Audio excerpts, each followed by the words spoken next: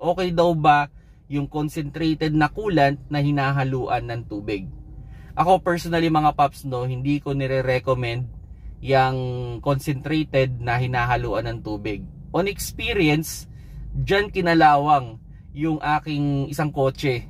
So yung loob ng aking makina, kinalawang, at ang tinamaan is yung aking water pump.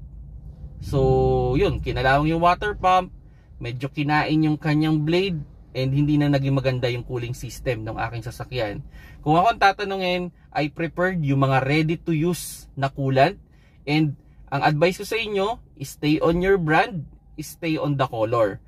Kung magta-top up man kayo, stay on the brand, stay on the color pa rin. Kasi pag naglagay kayo ng ibang kulay dun sa coolant ninyong existing, pwedeng magkaroon yan ng chemical reaction na pwedeng hindi makaganda sa cooling system ng inyong makina. So much better kahit magta-top up kayo, stay on the brand, stay on the color na lang para wala kayong maging problema. Pero on the scenario, wala kayong mabiling ganun.